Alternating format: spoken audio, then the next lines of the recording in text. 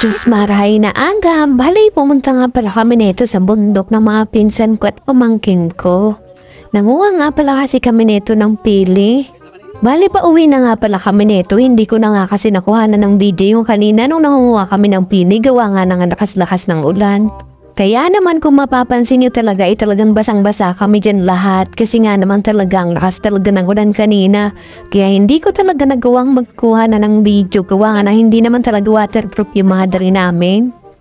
At may kwento ko na nga din sa inyo mga mare, bali kanina ikamuntik pa talaga kami mawala ng pinsan ko ay ang kaming dalawang babae.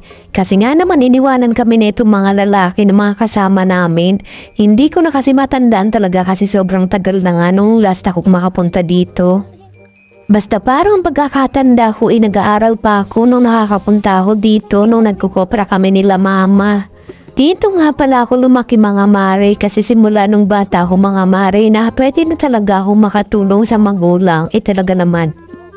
Hindi nyo na itatanong mga mare nung bata ako mga mare kapag nagkukopra talagang sumasama ako gawa nga ng kailangan ng katulong.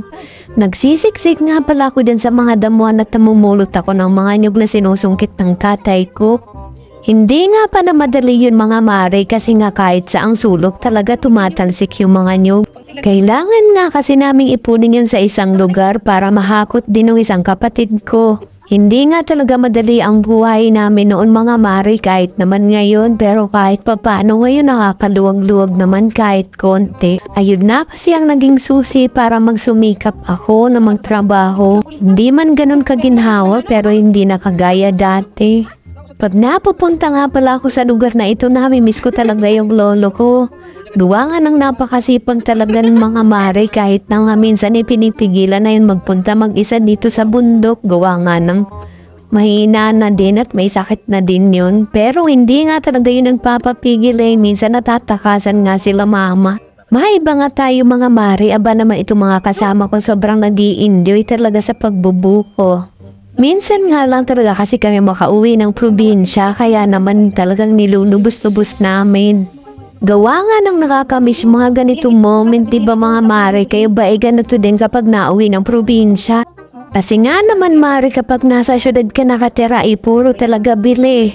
Kaya naman pag umuwi talaga kami dito sa probinsya, talagang kailangan magbuko, hindi mawawala yan.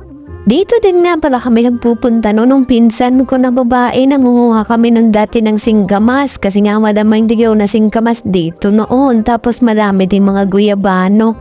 Basta madami mga prutas noon dito nung bata pa kami kasi nga nung buhay pa ang lolo ko talaga namang napakasipag magtanim noon. O siya mga mare, dito na lang ang video ko hanggang sa susunod, may karugtong pa to. Salamat sa panonood!